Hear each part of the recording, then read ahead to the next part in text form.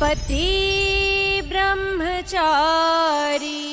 अनिल देगा रिया की जिंदगी बर्बाद करने की धमकी। वहीं सूरज के सामने रिया की एक वीडियो दिखाकर उसे करेगा तोड़ने की कोशिश। तो क्या सूरज आईएएस बनने का वादा ईशा से तोड़ देगा या फिर अनिल गुलाब सिंह का काला सच सबके सामने ले आएगा? तो जी हाँ दोस्तों, इस सीरियल का आने वाले ट्रैक काफी ज्यादा धमाकेदार और भावनाओं से भरपूर होने वाला है, जिसमें हमें देखने को मिलेगा कि अनिल की धमकियों के बाद अरविंद जी पूरे बदल जाते हैं और सभी घर वालों के सामने वह सूरज से सख्त लहजे में बोल देते हैं कि वो अब आईएएस की तैयारी नहीं करेगा। इतना कहकर अरविंद जी वहां से चले जाते हैं और बेचारा सूरज ये सोच में पड़ जाता है कि ऐसा आखिर उन्होंने क्यों कहा, क्योंकि वो तो पहले चाहते थे कि सूरज आईएएस बने और ईमानदार ऑफिसर बनकर सबको दिखाए। तो ये सब सुनकर पूरे घर वाले शॉक हो जाते हैं और ईशा को भी समझ में नहीं आता कि आखिर पिताजी ने ऐसा क्यों कहा। तभी ईशा अरविंद जी से बात करने की कोशिश करती है और उनसे पूछती है कि आखिर उन्होंने ऐसा क्यों कहा,